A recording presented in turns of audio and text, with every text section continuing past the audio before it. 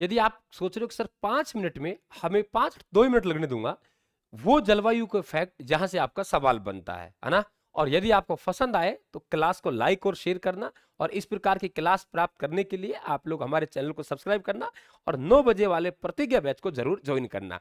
देखो सबसे पहले बात करते हैं, हमारा ये चूरू का इलाका ना, यहाँ पे बेटा आप लोगों को चूने की चट्टानें मिलती हैं, और चूने की परत मिलती है ना। चूने की परत के कारण क्या होता है, वो गर्मियों में खूब गर्म होती है ना, और सर्दियों में ठंडी हो जाती है। तो चूने की परत के कारण ये चूरू जिला सबसे गर्म जिला भी होता है, फिर यहाँ सबसे ठंडा भी होता है। ये ध्यान रखिए कि गर्मियों में गर्म होता है और सबसे ठंडा होता है सर्दियों में।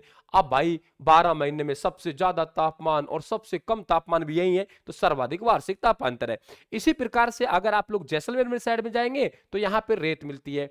वो रेत है यानी जो बलुई मिट्टी है, वो दिन में तो खूब गर्म होगी और रात को क्या होगी, ठंडी होगी। तो भाई एक दिन के अंदर 24 घंटे के अंदर हमें ज्यादा तापमान देखने को मिलता है और कम तापमान को देखने को मिलता है। तो ये होता है दैनिक तापांतर, सर्वाधिक दैनिक तापांतर जैसलमेर में।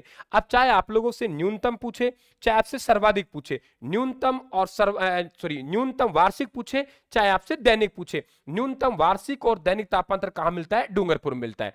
हमसे पूछेगा सबसे ज्यादा वर्षा वाला संभाग कोटा है। कहां है, कोटा है, कोटा है, कोटा। कोटा में सर्वाधिक वर्षा भी होती है तो आर्द्रता भी होती है, सर्वाधिक नदियां भी हैं। और यहाँ पे जो आप लोगों के वर्षाकार, कौन सी बेटा, वर्षाकार प्रकार का अपवाह तंत्र मिलता है। इस तरीके से चंबल हो गई, काली सिंध, आहू, परबन, है ना, यहाँ बामनी, कुराल, मेज, तो आप लोगों को वृक्षाकार मिलेगा। सर्वाधिक वर्षा जो होती है हमारे पास, देखिए 90% वर्षा बंगाल की खाड़ी से होती है, अरब सागर से मात्र 10% वर्षा होती है। हाँ, अरब सागर हमारे नजदीक जरूर है, 400 किमी की दूरी पर है, लेकिन अरावली पर्वतमाला के समानांतर होने के कारण अरब सागरीय मानसून राजस्थान में कम वर्षा करती है और सूखा रह जाता है। इधर से यदि आप लोग बात करेंगे, बंगाल की खाड़ी यहां पूर्वांचल के पहाड़ियों में टकराती है, फिर ये मानसून आता है, तो ये इलाका हमारा सर्वाधिक वर्षा प्राप्त करता है। तो सर्वाधिक वर्षा वाला जिला झालावाड़ हो गया, दूसरा बांसवाड़ा हो गया, संभाग कोटा हो गया। इधर से न्यूनतम जाएंगे हम लोग, यहां लगभग 80 से 100 सेंटीमीटर वर्षा होती है, और इधर आते आते आप लोग लगभग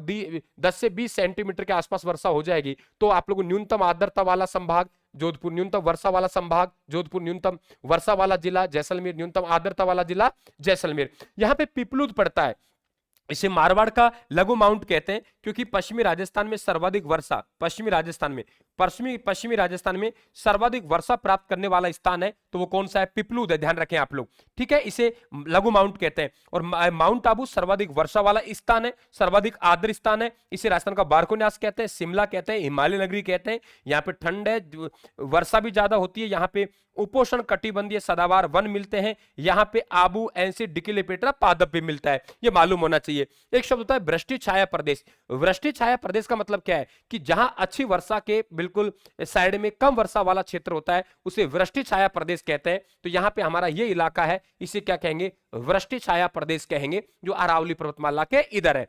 इसके अलावा संक्रमित प्रदेश ये क्या है, देखो संक्रमित प्रदेश की बात करेंगे, इधर से यहाँ पे अरावली पर्वतमाला आती है और इधर से विंध्याचल की पहाड़ी आती हैं, दोनों का यहाँ पे मिलन होता है, ये संक्रमित प्रदेश कहलाता है। आपके एक 50 सेंटीमीटर वर्षा रेखा है, जो कि थार के मरुस्थल अरावली को अलग करती है।